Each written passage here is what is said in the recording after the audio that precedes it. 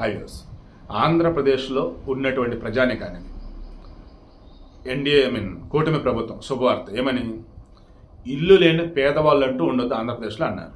ఇప్పుడు కొంతమంది టిట్కో ఇల్లు ఇచ్చారు అండ్ జగన్ హయాంలో కొంతమంది ఇల్లు కట్టుకున్నారు.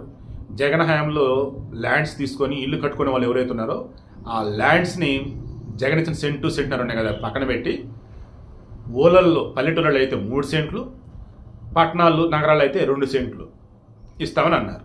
అయితే దానికి ఏం చెప్పారంటే బిలో పావర్టీ లైన్ ఉండాలన్నట్టుగా మెన్షన్ చేస్తూ మీకు ఎట్టి పరిస్థితుల్లో ఎక్కడ కూడా ఇల్లు అనేది ఉండకూడదు, మీకు స్థలం అనేది ఉండకూడదు, మీకు ప్రతి కూడా మీ ఆధార్తో లింక్ అప్ అయ్యి ఉన్న దాని ప్రకారం మొత్తం చెక్ చేస్తారు. మీకు అర్థమవుతుందా? మీకు ఏపీలో ఎక్కడ ఇల్లు అనేది ఉండొద్దు, మీ ఆధార్ నెంబర్తో చెక్ చేసినప్పుడు దాని మీద ఎక్కడ రిజిస్ట్రేషన్ ఉండొద్దు. అలా ఉంటే మీరు అర్హులైతే దెన్ మీకు ఇచ్చేస్తారు. ఇక వన్స్ మీకు ల్యాండ్ ఇచ్చారా 2 సంవత్సరాలకు మీరు కట్టేసుకోవాలి. మీకు ల్యాండ్ ఇచ్చిన 2 సంవత్సరాలు బిల్లు కట్టేసుకోవాలి. మరలా దీనికి ప్రధానమంత్రి ఆవాస్ యోజన కింద కొంత డబ్బు వచ్చింది, స్టేట్ గవర్నమెంట్ కొంత డబ్బు, నాకు తెలిసి కనీసం 3-4 లక్షలు ఏమో రావచ్చు. ఒకసారి క్రాస్ చెక్ చేసుకోండి అది, ఓకేనా?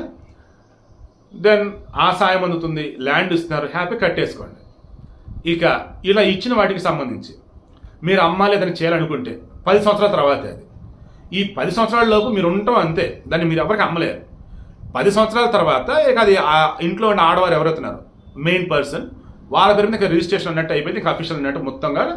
ఆ 10 సంవత్సరాల తర్వాత ఇంకా క్రయ విక్రయాలు అమ్మటాలు చేయంటాలు ఇట్లా చేసుకోవచ్చు. బట్ ఐఎమ్ షూర్ చక్కగా పేదవారికి ఇస్తున్నారు కాబట్టి సద్వినియోగం చేసుకోండి, సంతోషంగా అయితే ఉండండి. సొంత ఇల్లు మీ కళ కాబట్టి ఆ కళను నెరవేర్చుకోండి.